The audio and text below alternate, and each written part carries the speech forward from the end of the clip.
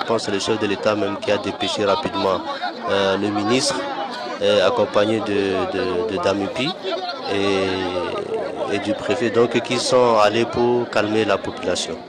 Donc hier soir, le ministre devait rencontrer la population pour faire la situation et calmer les gens.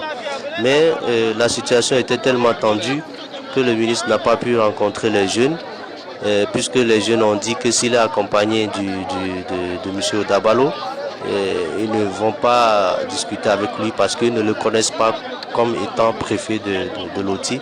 À partir d'hier, dès que les gens sont morts, il n'est plus préfet de Loti et qu'il demande son départ immédiat, c'est sans condition. Donc voilà pourquoi le ministre il était à Mango. Et concernant la suite de l'événement dans la nuit, je vais vous faire partout. Donc, une fois à Mango, donc ils n'ont pas pu rencontrer les jeunes, mais ils ont eu l'ingénieuse idée d'amener le corps du premier défunt. Je pense sur la photo, c'est celui qui porte les chaussures rouges. Et ils devaient le ramener à leurs parents. Donc ils pensaient que de cette façon, les jeunes allaient les recevoir et les écouter. Mais les jeunes étaient toujours contre. Donc qu'est-ce qu'ils ont fait? Ils ont donné un rendez-vous aux jeunes à un endroit et ils ont demandé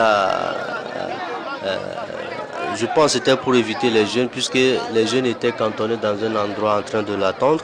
Et ils sont allés directement à la famille de la victime pour lui remettre le corps.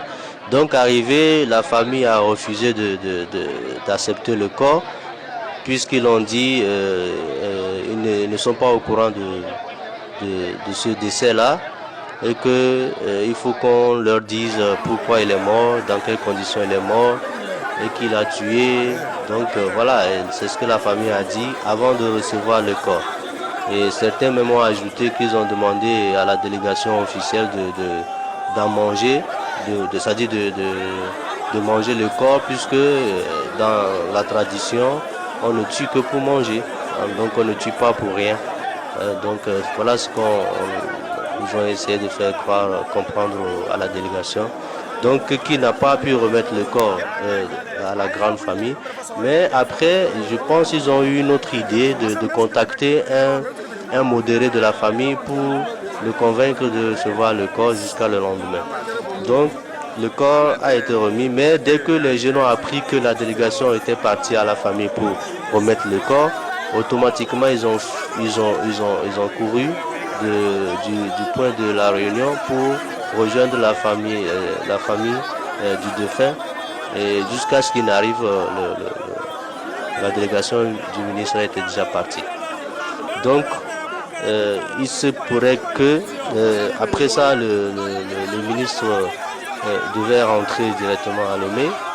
Il semble que selon les informations que nous avons aujourd'hui, que dès qu'il serait arrivé à Kara, donc le chef de l'État lui a rappelé que l'affaire n'était pas close et qu'il devait retourner. C'est pour cela qu'il est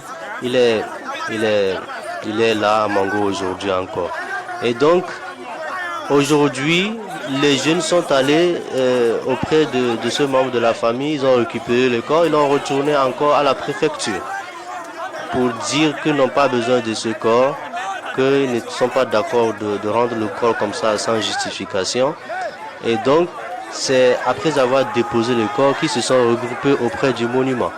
Et donc, une fois auprès du monument, c'est là que le véhicule militaire a foncé sur eux et a écrasé quelqu'un sur place. Donc vous avez eu déjà la suite du témoignage après cet incident.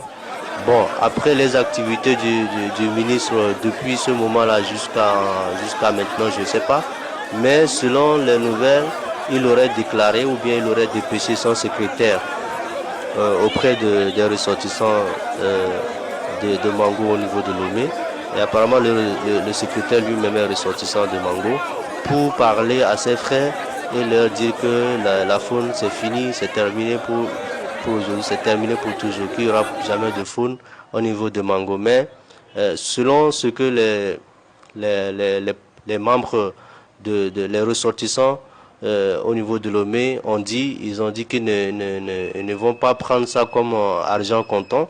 Donc ils attendent de voir des documents qui attestent que la faune est terminée pour de bon et que qu'on justifie le meurtre et que la justice fasse son travail pour les victimes et aussi qu'il y ait une vraie négociation pour le développement de la zone Loti, parce que sur la carte il est bien indiqué que Loti est une zone rouge, ce qui fait que même pour n'importe quel investisseur, dès qu'il regarde la carte, on dit qu'il n'y a personne qui vit là-bas.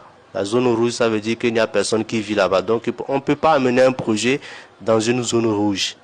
C'est pour cela que la plupart des projets qui devaient se faire dans la région, ou même Mango est bien placé pour cela, les projets ont été transférés automatiquement à Dapon. Notamment, Mango produit plus de coton que Dapon, mais normalement, la Sotoko devait avoir,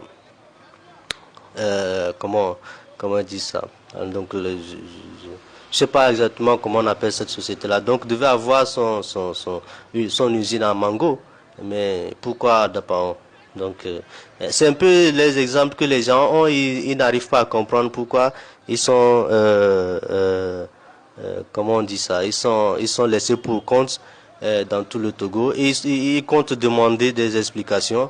Quel est leur crime? Est-ce qu'ils ne sont pas togolais ou bien comment, pour qu'on leur laisse pour compte et que après tout ce qu'on trouve de mieux pour la région, c'est d'amener une faune. Donc c'est ça le problème.